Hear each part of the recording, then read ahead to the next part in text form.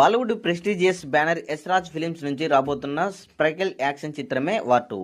యావత్ Indian cine ప్రేమికులు ఎంతో ఆసక్తిగా ఎదురు చూస్తున్నారు.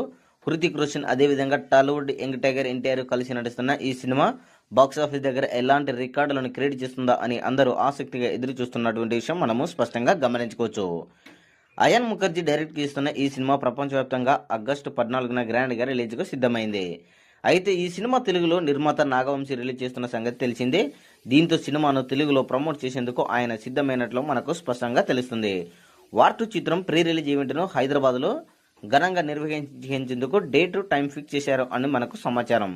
ఆగస్టు 10న యూసుఫ్ గూడలోని పోలీస్ గ్రౌండ్లో సాయంత్రం 5 గంటలకు ఈ ప్రీ రిలీజ్ ఈవెంట్ను నిర్వహిస్తున్నట్లు అధికారికంగా మేకర్స్ ప్రకటించారు. దీంతో ఈ ఈవెంట్ కోసం నందమూరి అభిమానులతో పాటు